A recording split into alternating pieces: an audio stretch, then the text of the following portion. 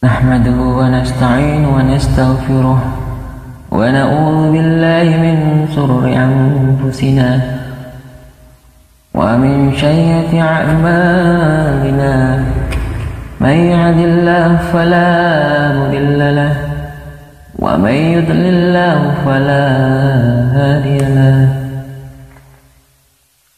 Allahumma shalli ala Muhammad wa ala alihi wa sahbihi ajma'in. Amma ba'du. Qala Allah ta'ala fi kitabil karim. A'udzu billahi minasy syaithanir rajim. نزل عليك الكتاب بالحق مصدقا لما بين يديه وأنزل التوراة والإنجيل من قبل هدى للناس وأنزل الفرقان إن الذين كفروا بآيات الله لهم عذاب شديد والله عزيز ذو انتقام. Hadirin yang insyaallah dimuliakan oleh Allah Subhanahu wa taala. Kita kembali dan bermusyawarah. Ini mengenai hal Nizamuddin. Muzakarah ikhtilaf para masyayikh. Dulu tatkala Nabi Musa alaihissalam berdakwah, tidak semua orang mau. Tidak semua orang mau jadi pengikutnya. Setelah Nabi Isa alaihissalam hadir, tidak semua pengikut Nabi Musa alaihissalam mau ikut dengan Nabi Isa alaihissalam. Begitu juga ketika Nabi Muhammad SAW hadir, tidak semua pengikut dari Nabi Isa alaihissalam mau ikut. Padahal kata Allah Subhanahu wa taala, mereka mengenali Nabi sallallahu alaihi wasallam melebihi anaknya sendiri. Tapi mereka tidak mau ikut. Kenapa? Karena ego. Yaitu kenapa bukan kami? Kenapa bukan kami dari bani mereka? Kenapa Nabi Muhammad yang terakhir ini kenapa tidak dilahirkan di negeri Israel? Ini adalah kedengkian. Begitu juga ketika peralihan dari Maulana Ilyas rahmatullah alaih ke Maulana Yusuf rahmatullah alaih, tidak semua dari pengikut Maulana Ilyas rahmatullah alaih mau mengikuti atau setuju dengan pengangkatan Maulana Yusuf sebagai amir dakwah. Begitu juga dari Maulana Yusuf ke Maulana Inamul Hasan. Tidak semua pengikut Maulana Yusuf setuju dengan Maulana Inamul Hasan sebagai amir dakwah. Sekarang di era Maulana Sa'ad juga terjadi fitnah sehingga tidak semua pengikut Maulana Inamul Hasan mau menerima Maulana Sa'ad sebagai amir dakwah. Dakwah akan kuat ketika tiga komponen dalam dakwah ini bersatu. Yang mana itu? Yang pertama nasab, personel dalam dakwah. Yang kedua sanad, yaitu Nizamuddin. Yang ketiga amal, yaitu dakwah. Hadirin yang insyaallah dimuliakan Allah Subhanahu wa taala, hari ini ahlul batil buat kerja untuk melemahkan kerja dakwah ini dengan merusak tiga komponen tersebut.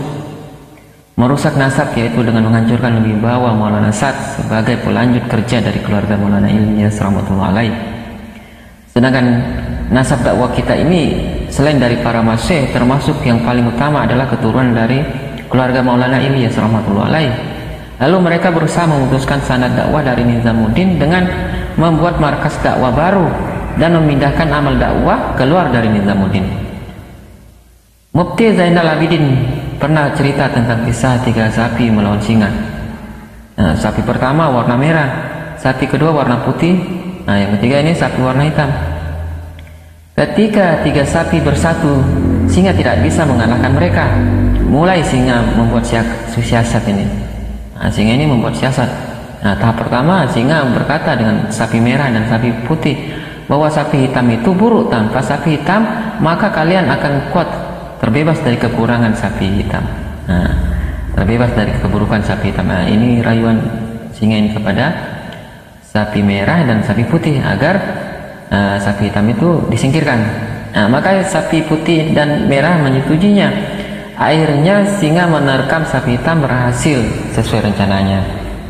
Lalu setelah sapi hitam diterkam, berkurangnya. Jadi tahap kedua, singa mendekati sapi putih, lalu mengatakan bahwa sapi merah tidak cocok sama sapi putih. Kamu sapi putih akan lebih baik tanpa sapi merah. Maka sapi putih terbuai omongan singa sehingga menyetujuinya. Maka singa pun menerkam sapi merah. Nah, ini apa? Licik benar ini singa. Nah, tahap ketiga, ini sapi putih. Nah, ini sapi putih sudah sendirian ini, lemah dari pertahanan menghadapi singa. Maka singa mendatangi sapi putih dan siap menerkamnya. Sapi putih berkata, ketika kamu mulai dari menerkam sapi hitam, aku sudah merasakan bahwa bagian dari diriku sudah mati. Kini ahlul batil sedang bekerja untuk menghancurkan dakwah dengan fitnah. Karena kalau dibunuh akan ada pengganti. Nah, tapi dengan fitnah, maka mereka akan berpecah sehingga Nusratullah berhenti. Maka untuk menjaga amalan dakwah ini berkelanjutan, maka penting kita jaga personel. Nah, yang pertama itu personel nasab, Masih dan keluarga Maulana Ilyas rahmatullah alaih. Yang kedua, markas sanad dakwah yaitu Nizamuddin. Yang tiga, amal dakwah. Dulu ketika tiga komponen ini dibuat, maka kerja akan kuat. Nabi SAW dan sahabat radhiyallahu anhu adalah personel. Markas mereka Masjid Nabawi, dan amal dakwah kuat, maka hidayah tersebar. Dakwah juga kuat di era Maulana Ilyas rahmatullah alaih, Maulana Yusuf rahmatullah alaih, dan Maulana Inamul Hasan rahmatullah alaih. Ada tiga perkara, karena ada tiga perkara tadi ini. Namun kini ahlul batil ingin merusak dakwah dengan merusak tiga perkara tadi, sebagaimana kisah tiga sapi yang telah disebutkan tadi itu. Nizamuddin, Rayuin, dan Kakril adalah tempat di mana orang tua kita dalam dakwah. Sedangkan seluruh Masih ini adalah orang tua kita. Kita harus menghormati mereka dan menyayangi mereka. Kita harus menghormati ketiga tempat tersebut dan menghormati seluruh Masih kita dalam dakwah. Kita tidak memihak, namun kita tidak boleh meninggalkan mereka. Kita tidak memihak bukan berarti kita menolak mereka. Kita harus punya hubungan baik dengan semuanya, sehingga ketika keadaan kembali seperti semula, maka kita tetap bisa berhubungan baik dengan mereka semuanya. Maulana Sa'ad rahmatullah alaih, beliau juga merupakan zuriat dari Maulana Ilyas rahmatullah alaih dan Maulana Yusuf rahmatullah alaih, dan beliau juga keturunan dari Abu Bakar radhiyallahu anhu. Maka kita pun harus menghormati beliau dan hati-hati dalam membicarakan beliau. Surah Al-Alami, mereka semua juga orang tua kita dalam dakwah. Surah Al-Alami adalah kumpulan orang lama dan para ahli korban. Kita juga harus punya hubungan baik dengan mereka. Bagaimana mungkin kita meninggalkan Nizamuddin, sementara hari-hari orang Indonesia ratusan datang ke Nizamuddin? Mau kemana kita selain ke Nizamuddin? Ketika Masih Nizamuddin memanggil kita untuk datang, bagaimana mungkin kita tidak menghormati panggilan itu? Sementara mereka telah berbuat baik kepada kita, terutama jamaah-jamaah Indonesia yang datang ke sana.